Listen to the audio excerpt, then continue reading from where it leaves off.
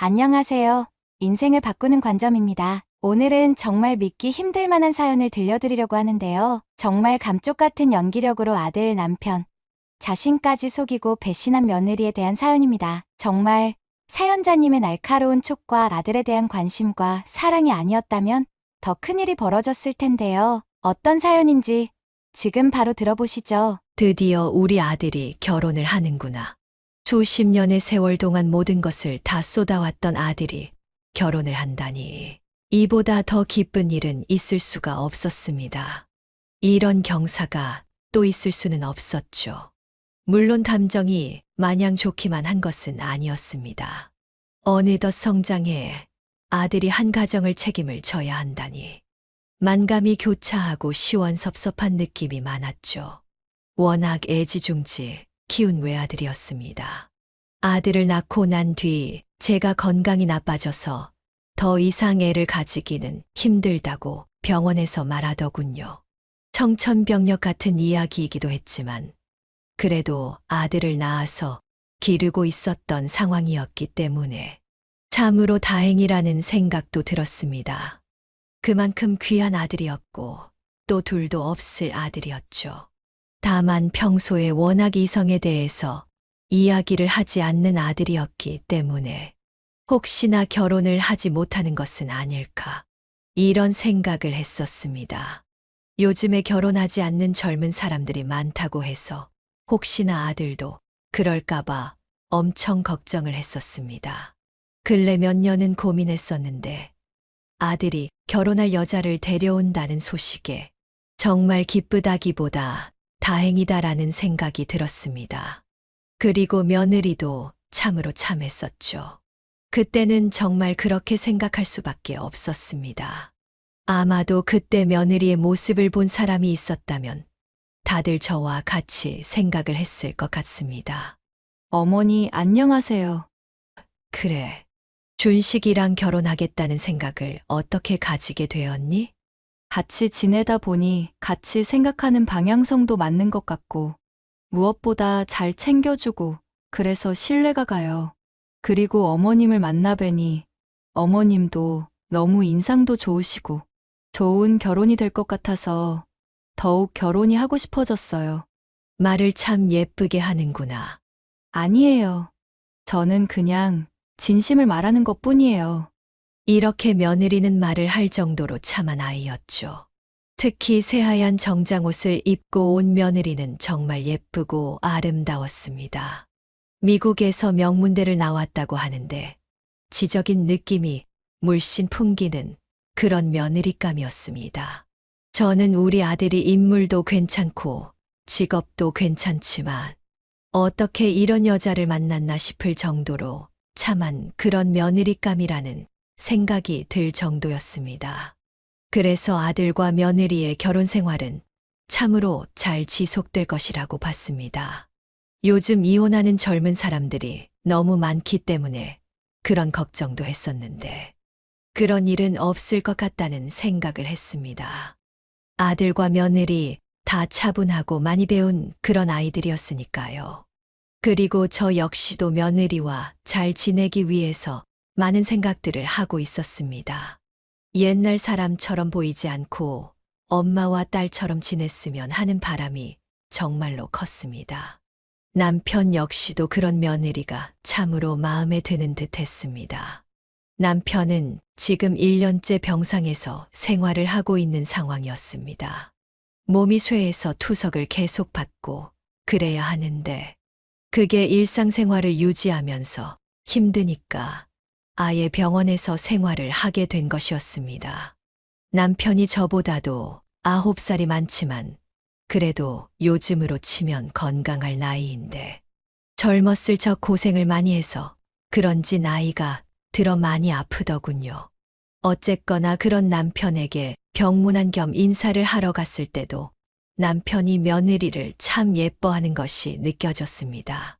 아들과 며느리가 떠난 후 남편은 저와 남아서 이런 대화를 나누었습니다. 나는 이제 죽어도 여한이 없을 것 같네. 무슨 말이에요? 내가 그동안 얼마나 좋은 것들 많이 먹였는데 10년, 20년은 더 살 거예요.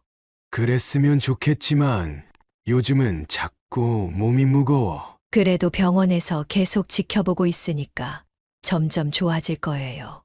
남편의 상태는 점점 안 좋아지는 것이 현실이었지만, 그래도 남편이 살아있을 때 아들이 결혼하는 모습을 보여준다는 것도 의미가 컸습니다.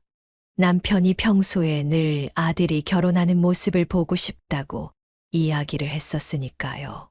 그리고 결혼식은 성대하게 열리게 되었습니다. 저는 소중한 아들이 결혼을 하는 만큼 돈을 아끼지 않기로 했습니다. 예식장도 좋은 곳으로 잡았고 식사도 최고 수준으로 했기 때문에 방문하는 하객들은 정말 만족스러워하는 눈치였습니다. 다만 안타까운 것이 있다면 며느리의 부모님이었죠. 며느리 같은 경우 10대에 어머니를 잃고 20대에 아버지까지 돌아가시면서 홀로 생활을 해왔다고 합니다. 그래서 혼자 정말 악착같이 공부를 해서 교환학생으로 미국 대학까지 갈 수 있게 되었다고 합니다. 유타 어디에 있는 대학이라고 했는데 자세히는 모르겠지만 어쨌거나 좋은 대학교인 것은 분명해 보였습니다. 주변 사람들한테 말하니까 며느리가 진짜 공부를 잘했나 보더라는 이야기를 했죠. 또 며느리 직업도 세무사였습니다. 다만 미국에서 생활을 쭉 하는 게 외로워서 한국으로 와서 아들을 만났고 그래서 결혼까지 결심하게 되었다고 하더군요. 그런 며느리가 참으로 기특했습니다. 어머님 너무 감사합니다. 이렇게 식장이랑 이런 부분들을 다 도와주시고 저희가 마땅히 준비하고 그래야 하는 건데 무슨 이야기니? 우리가 이젠 남도 아니고 너희들 돈은 앞으로 너희가 살아가는데 잘 쓸 수 있도록 해. 또 아직 내가 이 정도 해줄 능력은 충분히 있다. 너무 감사해요. 하늘에서 엄마랑 아빠도 너무 감사하게 생각하실 거예요. 며느리가 이렇게 말하며 눈물을 흘렸습니다. 저는 참으로 가슴이 아파 며느리를 안아주면서 괜찮다고 토닥이며 위로를 해주게 되었죠. 그리고 축의금으로 들어온 돈들도 모두 아들네 부부가 쓸 수 있도록 주었습니다. 그리고 작은 아파트 한 채 마련하는 것까지도 도와주었죠. 사실 저와 남편은 어릴 적에는 고생을 많이 했었지만 이후에 남편이 목재 사업을 하면서 많은 돈을 벌게 되었습니다. 그 뒤로는 돈 때문에 힘들어 본 적은 별로 없었지만 그래도 아끼면서 살아왔죠. 아들 녀석에게도 이런 것들을 알려주고 싶었어. 어릴 때는 참 많이 혼내고 사달라는 게 있어도 칭찬받을 만한 일을 하면 사주고 그랬었습니다. 하지만 결혼식은 아들에게 있어서 정말 인생의 가장 중요한 일 중 하나이니 어미로서 제가 어떻게 가만히 있을 수 있었겠어요. 그렇게 모든 것이 완벽하고 평온하게 흘러가는 듯 했습니다. 하지만 반전은 그 이후에 벌어지게 되었습니다. 신혼여행을 아들 부부가 다녀온 뒤 일상은 평화롭게 흘러갔습니다. 일주일에 한 번쯤은 제 집에 아들 부부가 방문을 했고 다양한 이야기를 나누고는 했죠. 뭐 어려운 건 없니? 아직은 뭐 크게 어려울 것은 없어요. 청소기 같은 것들을 사야 하긴 하는데 저도 직장에 다닌 지 얼마 되지도 않았고 아직 월급이 그렇게 많은 편은 아니라서 그래서 천천히 사려고요. 저는 그 말에 의구심이 들었습니다. 아니, 축의금으로 준 돈도 있고 또 너 말고도 준식이 너도 벌잖니? 엄마 저희 돈은 거의 재테크 하는데 쓰고 있어요. 적금도 하고 주식도 하고 펀드도 들고 있고요. 네, 어머니? 그 축의금도 엄청 많은 돈인데 허투루 쓸 수가 없어서 이자 높은 곳에 넣어놨어요. 그리고 지금은 남편 월급이랑 저랑은 지금은 따로 관리하긴 하는데 나중에 자산이 늘어나면 그때 본격적으로 합쳐서 관리하려고요.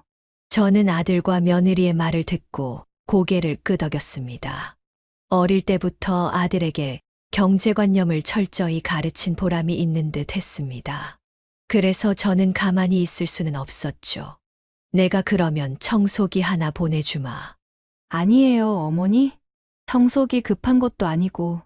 당장 청소를 해야 하는데 급한 게 아니라니. 신혼살림은 알아서 장만한다더니 아직도 장만 못한 거냐? 아직 저희가 다 신경을 못 써서요. 이제 막 신혼여행에서 돌아오기도 했고요. 둘 다 지금 직장이 바빠서 정신이 없기도 하네요. 걱정 마라. 내가 시간도 많으니 집에 한번 들려서 필요한 것들 좀 챙겨주마. 그렇게까지 안 해주셔도 되는데.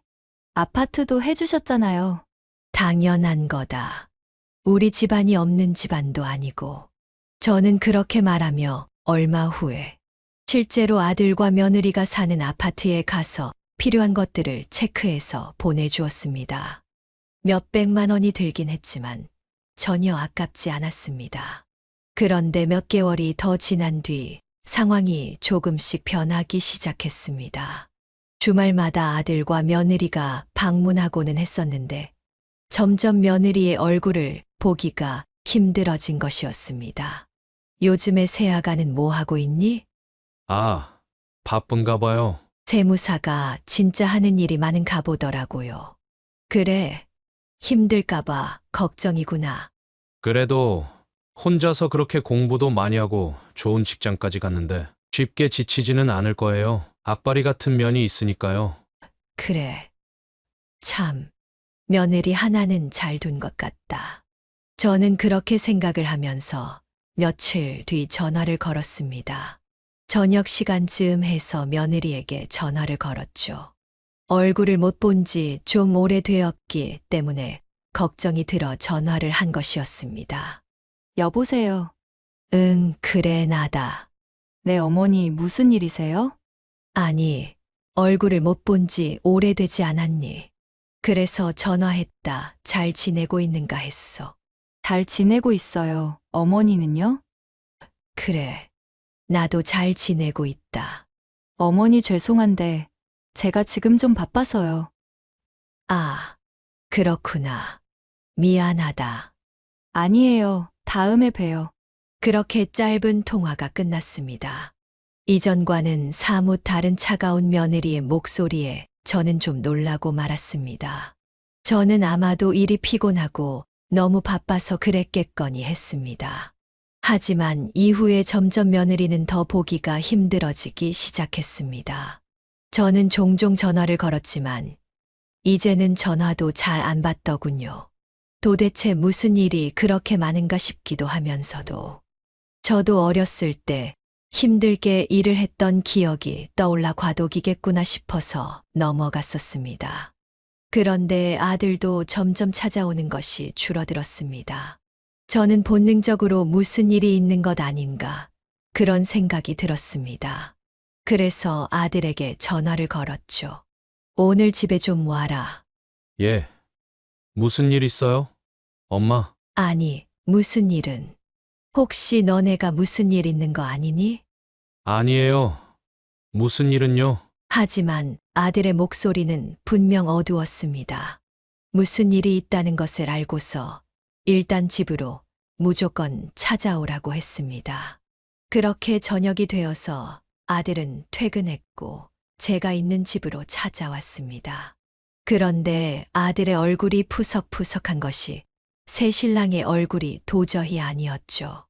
요즘 일이 힘드니 얼굴이 안 좋구나. 아니에요. 엄마 힘들기는요. 그냥 그럭저럭 다니고 있어요. 그런데 무슨 일로 얼굴이 그래? 솔직히 말해봐라. 사실 요즘 영주가 이상해요. 명주, 새아가 말이니? 네, 사실 지금 저도 얼굴을 못 본 지 좀 됐어요. 무슨 일이길래 그래? 모르겠어요. 세무사가 무슨 출장이 그렇게 잦은지도 모르겠고, 또 거의 들어오는 날에도 새벽이나 되어서야 들어오고 그러네요. 그래. 도대체 뭔 일이 있길래 그러는지 모르겠구나. 이야기는 해봤니? 해봤죠. 그런데 그냥 짜증만 내더라고요.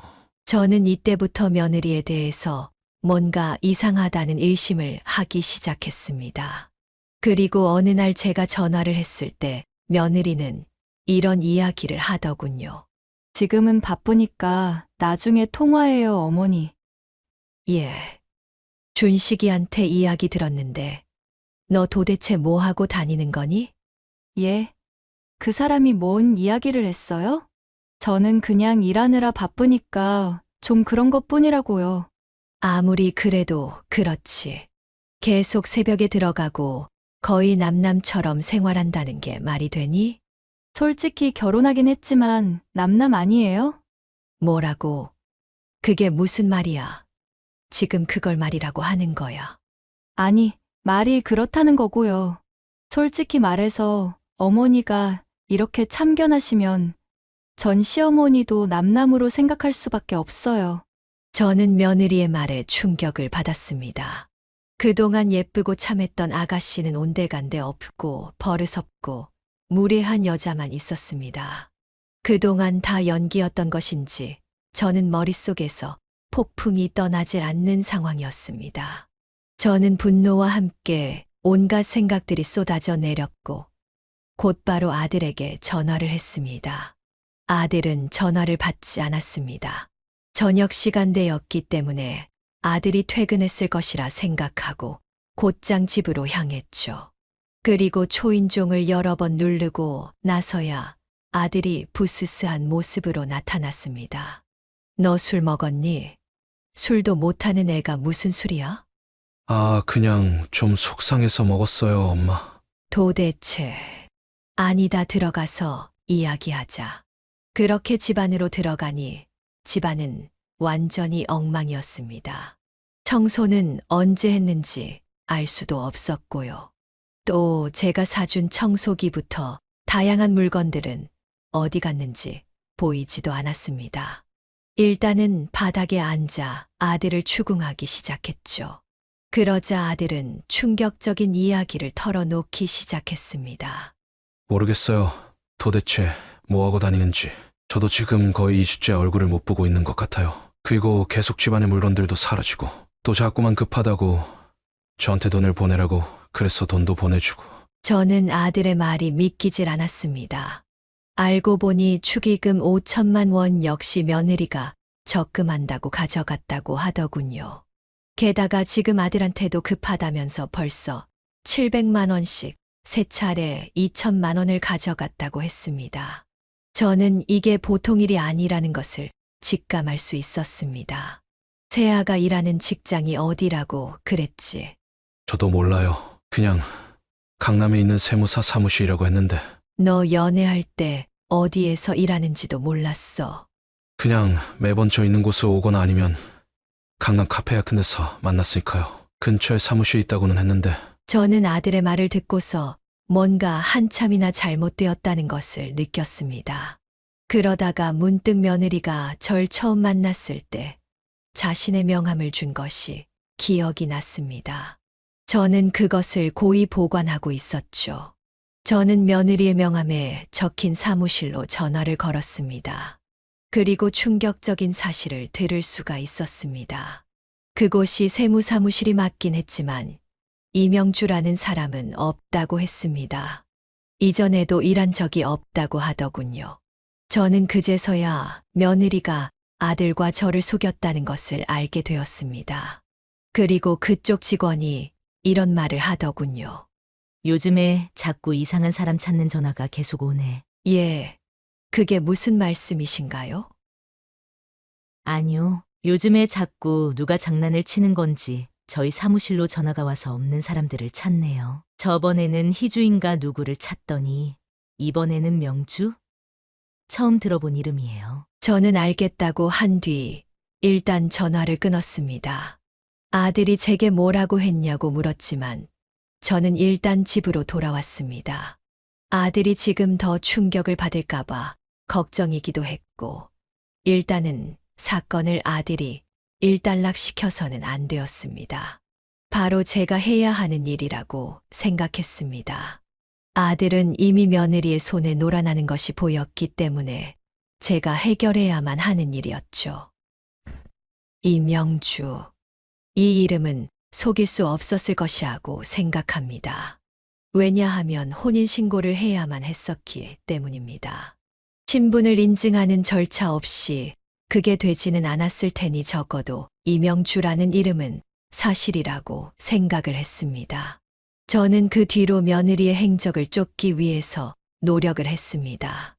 어디서부터 시작할지 몰라서 며느리가 다녔다고 말했던 모 대학교에 전화를 걸었습니다. 교환학생으로 미국에 갔었던 것이니 미국은 몰라도 적어도 한국에는 학적이 남아 있을 것이기 때문이죠. 다행히도 학적은 남아 있더군요. 실제로 같은 이름의 학생이 있었다는 사실을 알 수 있었습니다. 물론 개인정보라서 더 알아낼 수는 없었지만 며느리와 같은 또래에서 같은 이름의 학생이 있었다는 것을 알 수 있었죠. 다만 퇴학을 당했다고 하는데 그 이유는 알려주질 않았습니다. 그래서 하나 생각난 것이 있었습니다. 혹시나 해서 집에 있는 아들에게 전화를 걸었습니다. 네, 엄마. 어째 목소리가 밝구나? 아, 영주가 어제 들어와서 그동안 미안했다고 사과를 했어요. 그랬구나.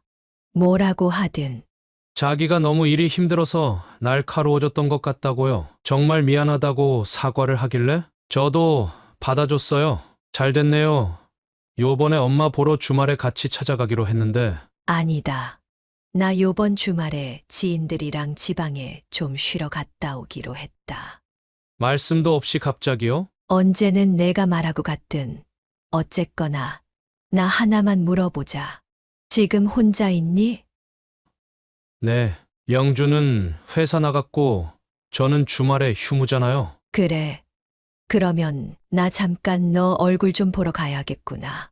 저는 그렇게 말한 뒤 택시를 타고 바로 아들의 집으로 갔습니다. 아들은 명주와 화해를 했느니 뭐니 하면서 기분이 좋은 것 같았죠. 속으로 열불이 터지고 바보천치 같은 놈이라고 욕을 하고 싶었지만 참았습니다. 그리고 저는 아들네의 방 등을 확인했죠. 여전히 청소가 제대로 안 되어 있는 모습이었습니다. 엄마 안방에는 왜요? 청소 제대로 되어 있나 확인하는 거다. 에이, 무슨 애들도 아니고. 지금 이게 정상이니? 다 어질러져 있는데. 제가 버럭하자 아들은 금세 주눅이 들었습니다. 저는 그렇게 청소를 해주는 척하면서 책장이랑 이런 곳들을 뒤져보기 시작했습니다. 그리고 이래저래 찾는데 박스가 보여서 꺼냈죠. 박스를 꺼냈더니 거기에는 며느리의 소지품들이 보관되어 있는 것 같았습니다. 별다른 소지품이 있는 것은 아니었고 예전에 쓴 것 같은 지갑들이라 알 수 없는 전화번호가 적힌 수첩 그리고 대학교 졸업 앨범이 있었습니다. 분명 퇴학당했다고 했는데 저는 며느리가 퇴학을 당했는데 어떻게 졸업 앨범을 가지고 있는 것인지 기가 막힐 노릇이었습니다. 저는 잠시 생각을 하다가 밖으로 나가서 아들에게 심부름을 시켰습니다. 쓰레기 봉투 좀 사와라. 쓰레기 봉투요? 여기 있는데. 그 작은 걸로 어떻게 저기 쓰레기랑 거실 쓰레기를 다 담겠니? 50리터짜리로 사와라. 알겠어요, 엄마. 그렇게 아들은 입술을 삐죽 내밀면서 슈퍼로 향했습니다. 저는 그 사이 며느리의 졸업 앨범을 뒤져가면서 사진을 찍었습니다. 앨범에는 며느리의 사진이 분명 들어가 있었는데 연락처는 없더군요. 그래서 다른 사람들의 연락처를 사진으로 찍어서 담았습니다. 그리고 알 수 없는 전화번호가 새겨진 수첩도 재빨리 전화번호들을 찍었습니다. 좋기 20명에서 30명의 전화번호가 숫자와 함께 적혀져 있었습니다. 저는 그렇게 청소를 하는 척하면서 필요한 것들을 얻었고 아들이 돌아오자 저는 바로 휴대폰을 숨겼습니다. 처음에 무턱대고 연락을 할 뻔했었습니다. 하지만 생각을 해보니 혹시나 며느리의 지인들이라고 한다면 제가 연락을 하자마자 뭔가 낌새를 눈치채고 며느리한테 연락을 할 수도 있다고 생각을 했습니다. 그래서 일단은 대학교 앨범에 있는 사람들 중 여자에게 연락을 해보려고 했죠. 조작된 앨범이겠지만 비슷한 또래를 맞춰야 했기 때문에 혹시나 알 수도 있었으니까요. 특히나 퇴학을 당할 정도의 사건이 있었다면 건너서라도 소문을 들었을 것이란 생각이 들었죠. 다행히도 그중 한 명이 제 며느리의 이름을 기억하고 있었습니다. 저는 전화로 이야기를 할 수도 있었지만 직접 찾아가기로 했습니다. 물론 사례금을 준다는 이야기까지 했기 때문에 가능한 일이었습니다. 저는 며칠 뒤 연락이 닿은 젊은 아가씨를 한적한 카페에서 만날 수가 있었습니다. 여기 사례금입니다. 네, 감사합니다. 궁금하신 게 있으시다고. 이명주라는 사람에 대해서 잘 알고 계신가요? 저는 최대한 정중히 이야기를 했습니다. 다행히도 그 아가씨는 저를 경계하지는 않더군요. 알죠. 걔 꽤 유명했어요. 유명했다니, 그게 무슨 말인가요? 그러니까 질 나쁜 애들이랑 많이 어울렸던 애예요. 그리고 단란주점 같은데 나가다가 걸려서 학교의 명예를 실추시켰다고 해서 퇴학을 당했어요. 또 애들 돈도 한참 꾸고서 갚지도 않아가지고 이야기도 엄청 많았고요. 하여튼 걔 엄청 나쁘게 기억하는 애들이 많아요. 그래요?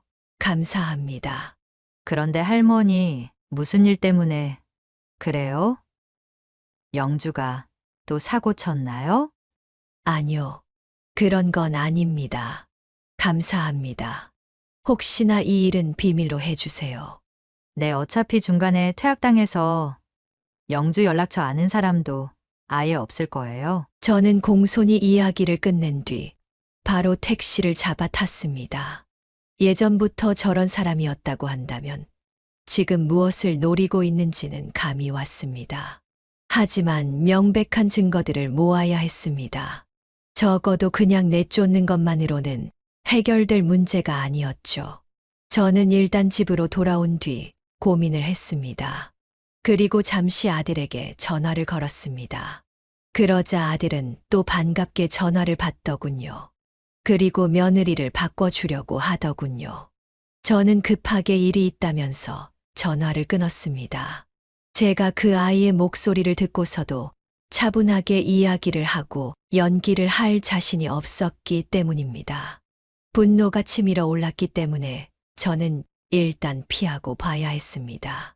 증거를 모을 때까지는 참고 꾹 참아야 했죠. 저는 다음 날 이른 새벽에 일어났습니다. 그리고 택시회사에 전화를 걸었죠. 오늘 하루 택시를 빌리려고 합니다. 혹시 가능할까요? 오늘 하루요. 통으로요? 네. 금액은 얼마가 되든 괜찮습니다. 저는 그렇게 새벽에 택시 한 대를 불러서 아들 집 앞으로 갔습니다. 할머니 무슨 일이시길래 하루 종일 택시를 빌리세요? 택시 기사가 물었습니다. 저는 반쯤은 진실을 답했습니다. 제 돈을 떼어먹은 여자가 있는데 증거를 모으려고 합니다. 제 이야기에 택시기사는 눈이 반짝거리더군요. 저는 별 답변도 안 했는데 능숙하게 택시기사는 아파트 주차장 구석진 곳에 차를 댔습니다. 그리고 아침이 되자 익숙한 모습의 여자가 나오는 것이 보였습니다. 정장 차림을 한 며느리였죠. 며느리는 곧장 차를 타더군요. 그런데 제가 못 보던 차였습니다.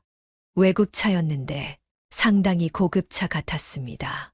저는 그 차를 따라가 달라고 부탁을 했습니다. 그렇게 한참을 달려 강남의 한 주차장에 차를 세우더군요. 저는 택시도 역시 거기에 같이 세워달라고 했습니다. 할머니, 여기 주차비 비싼데 괜찮으시겠어요? 저는 대답 없이 그냥 봉투에 담긴 돈을 넘겼습니다. 애초에 말했던 것보다 20만 원 정도 더 넣은 금액이었습니다. 택시기사는 그 돈을 보더니 고개를 끄덕였죠.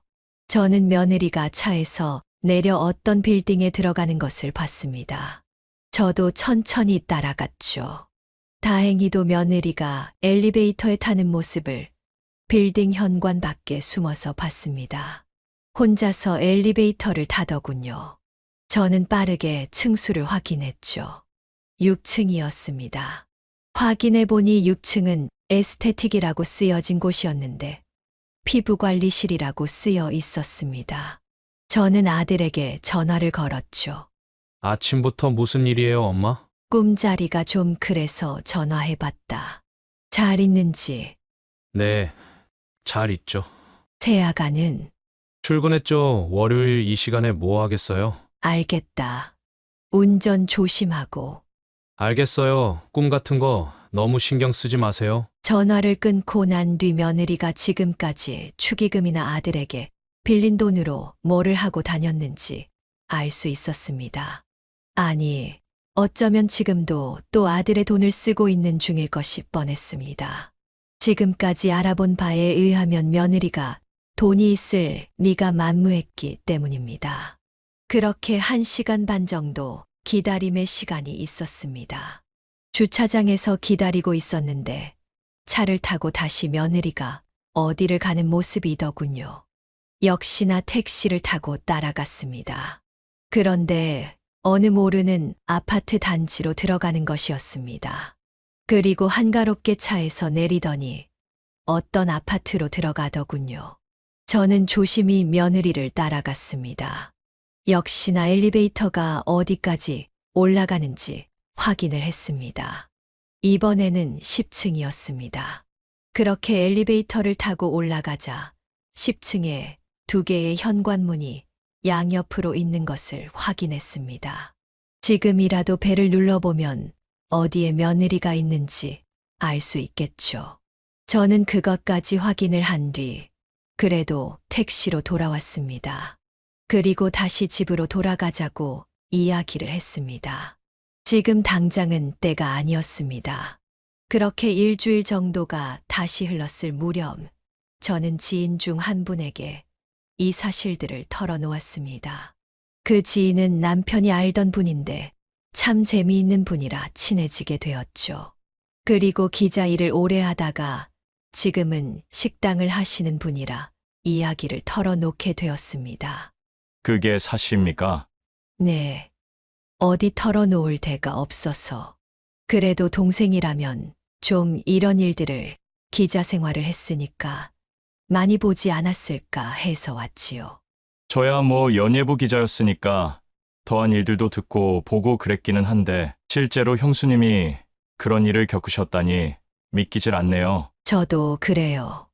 어떻게 이런 일이 있을 수가 있는지.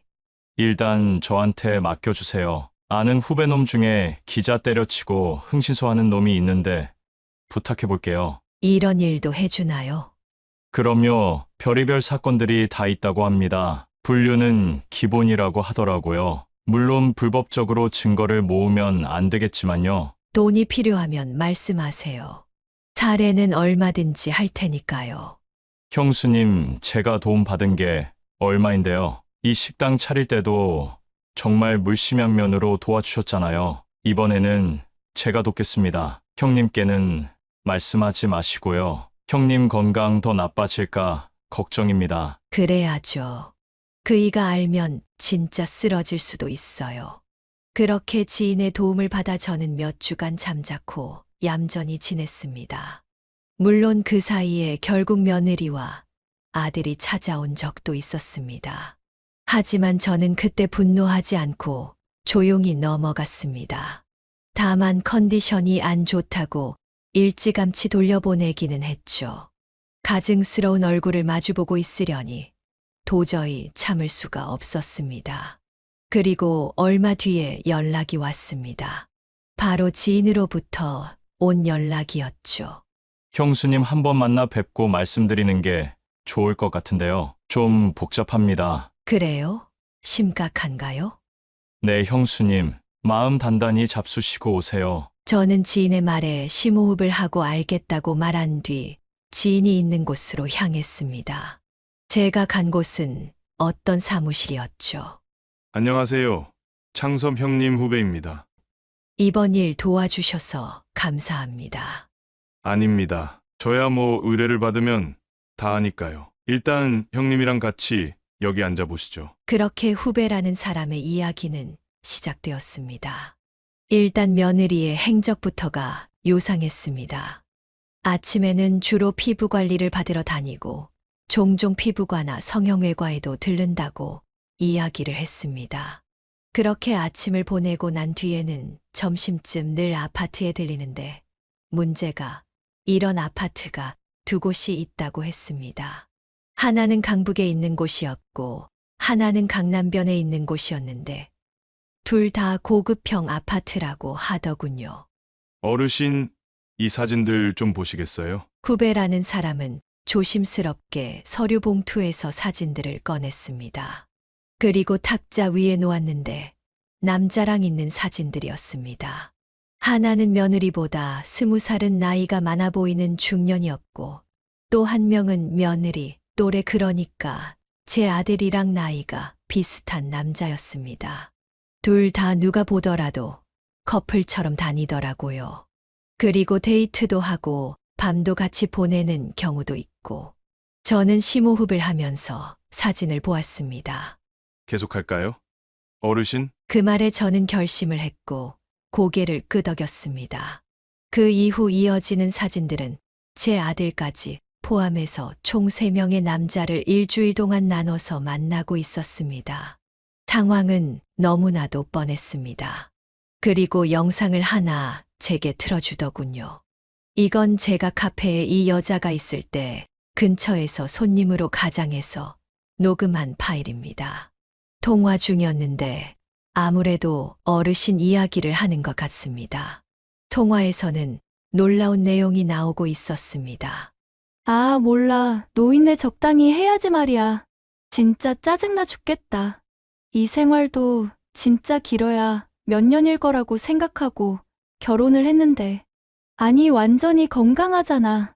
나는 아버지가 병원에 1년째 있고 엄마도 나이가 연로하시다고 하고 그래서 몇 년 버티면 되겠다 싶었는데 10년도 더 살겠더라니까? 그 말을 듣고 나니 허수음이 나더군요. 이런 사기꾼일 줄 미처 몰랐던 제 자신이 참 바보 같기도 했고 또 그나마 다행스러운 점은 제가 일찌감치 일이 커지기 전에 잡아냈다는 점이었습니다. 그 사이 통화는 계속 흘러나왔죠. 몰라, 일단은 7천만 원 정도 뽑아먹기는 했는데 더 이상 돈이 잘 안 나와. 노인네가 돈을 줘야 하는데 그 구멍이 막혔어. 아파트 담보대출? 그게 4명이가 아닌데 가능해? 부부면 가능하다고? 나 그거 못하는 거 알잖아? 그래. 다 뻥카인데 어떻게 하냐? 저는 뭘 못한다는 건지 이해가 가질 않았습니다. 또 거친 언사에 인상이 찌푸려졌고 뻥카라는 것은 또 뭔가 싶었습니다. 물론 나중에야 그 뜻을 알아들을 수 있었지만요. 며느리는 계속 대화가 이어졌습니다. 어쨌거나 내가 오죽했으면 집안에 사다 둔 청소기며 TV며 다 가져가 중고거래로 팔았겠어? 그거 몇백 겨우 건졌다. 이러다가 이거 먹고 끝나는 거 아닌지 몰라. 저는 기가 막혔습니다. 벌건 대낮에 저런 통화를 아무렇지도 않게 할 수 있다는 것 자체가 이미 도덕관념이 아예 무너진 사람이었던 것이죠. 사실상 범죄자와 다를 바가 없었습니다. 어르신, 그리고 제가 알아본 것도 있습니다. 네, 말씀해 주세요. 이 여자 술집에서 일하기도 했었고 주변 평판이 매우 안 좋습니다. 듣기로는 아마 감옥에도 몇 번 갔다 온 것 같습니다. 감옥이요? 예, 아마도 사기로 들어갔던 것 같은데 자세한 건 알아내진 못했습니다. 아, 그리고 도박도 합니다. 그쪽 깡패들과도 친분이 있는 것 같고요. 세상에 그게 말이 돼요? 술집은 지금 나가지는 않는 것 같습니다. 아드님도 그렇고 몇몇 남자들을 관리하면서 돈을 받거나 뜯으면서 생활을 하는 것 같습니다. 그렇군요. 제가 봤던 여러 가지 케이스가 있는데 그 중에서도 악질입니다. 이런 여자들은 너무 위험합니다. 뭔 짓을 할지도 모르고. 네, 그 말씀 귀담아 듣겠습니다. 제 정보는 여기까지입니다. 더 접근하면 걸릴 확률이 있어서 여기까지만 조사를 했습니다. 사실 이 정도로도 아시고 싶은 건 다 아셨을 것 같기도 하고요. 저는 그 이야기에 고개를 끄덕였습니다. 이제는 단죄의 시간만 남아 있었습니다. 어떻게 며느리를 처리해야 할지 참으로 많은 생각이 들었죠. 그리고 가장 먼저 이 사실을 아들에게 알리는 것이 먼저였습니다. 바보 같은 아들은 의심을 할 법도 한데 완전히 빠져서 정신을 못 차리고 있었으니 그것부터 일단 해결을 해야 했습니다. 저는 아들에게 만나자고 연락을 했습니다. 그러자 아들은 아무런 의심 없이 제 집으로 왔죠. 무슨 일이에요? 저는 말없이 서류들과 녹음들을 하나씩 보여주고 들려주기 시작했습니다. 추가적인 설명은 필요가 없었습니다. 왜냐하면 이미 아들의 눈에는 분노가 한가득이었기 때문입니다. 어떻게 할 거냐? 제가 물었습니다. 그러자 아들은 무슨 이야기냐는 듯 잔뜩 굵어진 눈으로 물었죠. 뭐려? 엄마? 뭘 어떻게 해요? 너 아직도 그 애한테 빠져서 정신 못 차리고 있는 것 알고 있다. 그러니까 잘 생각하라는 거다. 나는 내가 그 여자 꽁무니를 쫓아다닌다고 해도 말릴 생각은 없어. 다만 아파트 명에 넘기고 내 재산 나한테 옮겨놔라. 안 그러면 너는 피 한 방울까지 다 빨아먹힐 놈이야. 저의 말에 아들은 고개를 푹 숙였습니다. 엄마, 말이 맞아요. 하지만 제가 이런 사실을 알고도 가만히 있을 등신은 아니에요. 지금 당장 가서 멱살을 잡든 뭐라든 해야겠어요. 아서라. 그랬다가 해코지라도 하면? 그러면 엄마는 이걸 보고 참으라는 거예요? 누가 참으라고 하든 내 말 잘 듣고 그대로 해라. 안 그러면 내가 뜯긴 돈도 못 찾고 또 무엇보다 이명주 그 애를 처벌할 수도 없을 테니까. 그리고 내가 혹여라도 또 흔들리거나 그러면 내 아버지한테 말할 거다. 제가 매우 단호하게 말했습니다. 그러자 아들은 아버지 쓰러지신다고 절대로 안 된다고 말렸습니다. 그만큼 저는 경각심을 주었죠. 이후에는 아들이 직접 본인이 증거를 모으도록 했습니다. 아들 집에 CCTV도 설치를 했고요. 또한 아파트 명의도 빠르게 다시 제 이름 앞으로 했습니다. 아들이 그렇게 증거를 모으는 사이 저는 변호사와 만났죠. 그리고 이번 일들에 대해서 참으로 수치스럽고 부끄럽지만 자세히 털어놓았습니다.